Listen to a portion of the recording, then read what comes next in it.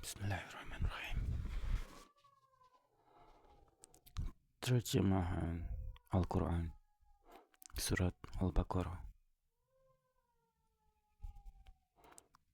ayat ke-94.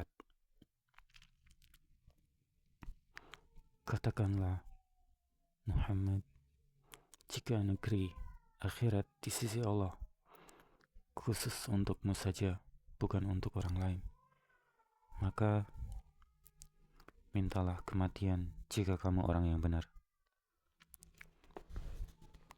95.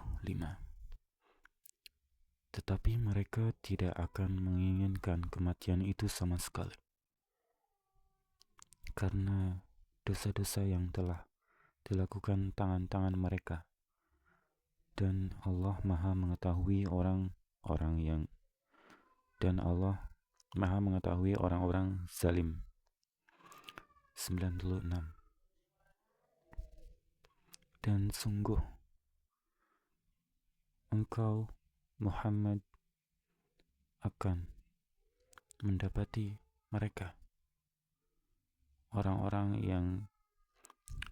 Yahudi, manusia yang paling tamak akan kehidupan dunia, bahkan lebih tamak dari orang-orang musyrik.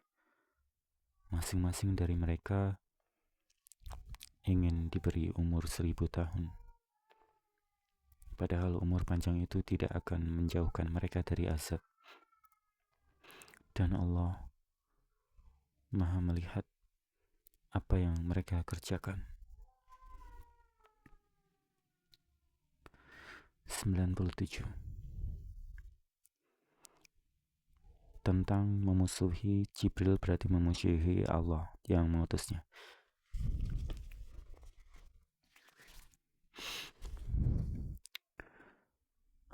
Katakanlah, Muhammad,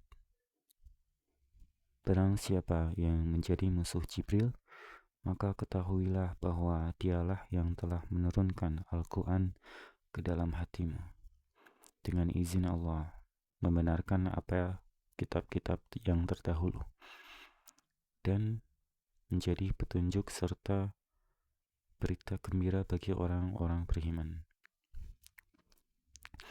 Asbabun Nuzul ayat 97. Ayat ini sebagai jawaban bagi orang Yahudi yang menganggap Jibril sebagai musuh mereka dan Mikail sebagai wali mereka. 98. Barang siapa yang menjadi musuh Allah, malaikat-malaikatnya, rasul-rasulnya, Jibril dan Mikail, maka sesungguhnya Allah musuh bagi orang-orang kafir. 99. Dan sungguh kami telah menurunkan ayat-ayat yang jelas kepadamu, Muhammad, dan tidaklah ada yang mengingkarinya selain orang-orang fasik. 100. Dan mengapa setiap kali mereka mengikat janji, sekelompok mereka melanggarnya, sedangkan sebagian besar mereka tidak beriman. 101. Dan setelah datang kepada mereka seorang Rasul, Muhammad, dari Allah, yang membenarkan apa yang ada pada mereka, sebagian dari orang-orang yang diberi kitab Taurat melemparkan kitab Allah itu ke belakang punggung, seakan-akan mereka tidak tahu. Keterangan nomor 42. Musyrik adalah orang yang mempersekutukan Allah dengan yang lain.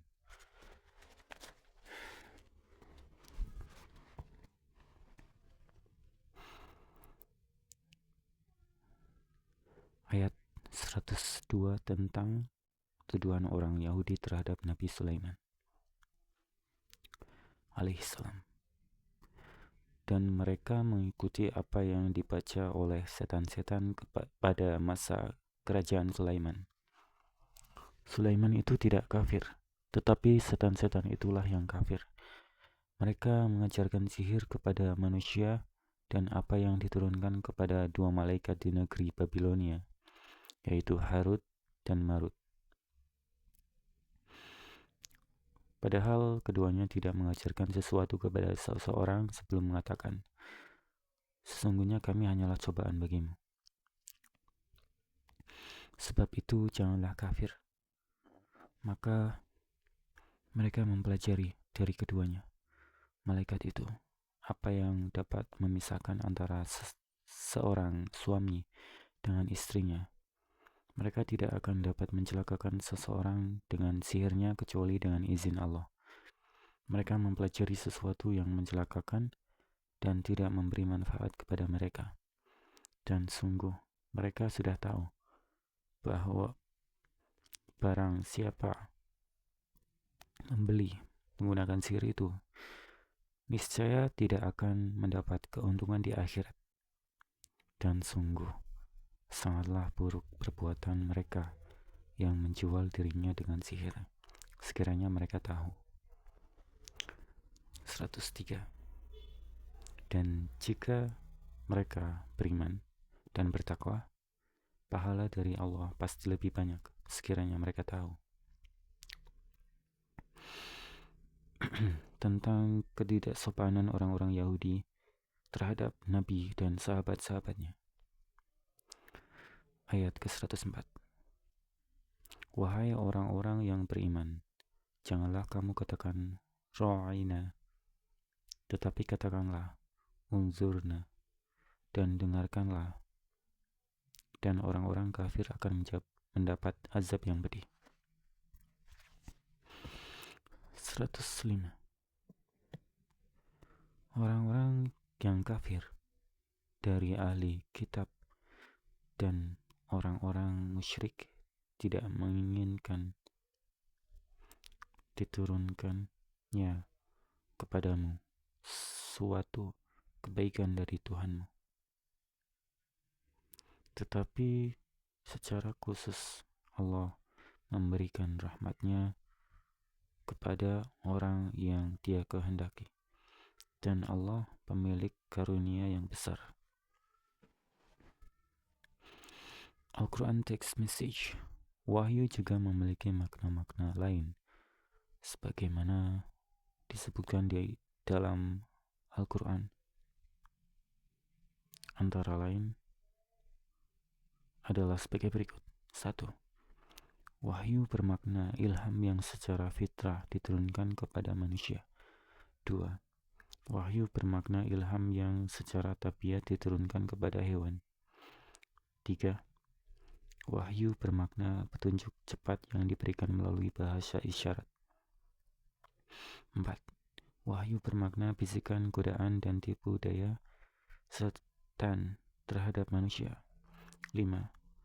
Wahyu bermakna bisikan dan tipu daya setan, jin, terhadap setan manusia, atau godaan jin terhadap jin lainnya, atau godaan manusia terhadap manusia yang lain.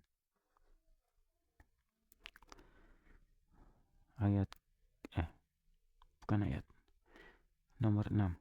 Wahyu bermakna ilham atau mimpi dalam tidur. 7. Wahyu bermakna perintah dan petunjuk. 8. Wahyu bermakna pernyataan Allah Subhanahu wa Ta'ala kepada para malaikat berupa perintah atau kalimat yang lain. 9. Wahyu bermakna wahyu yang diturunkan Allah Subhanahu wa Ta'ala kepada Rasulullah Sallallahu Alaihi Wasallam dan para nabi dan rasul yang lain.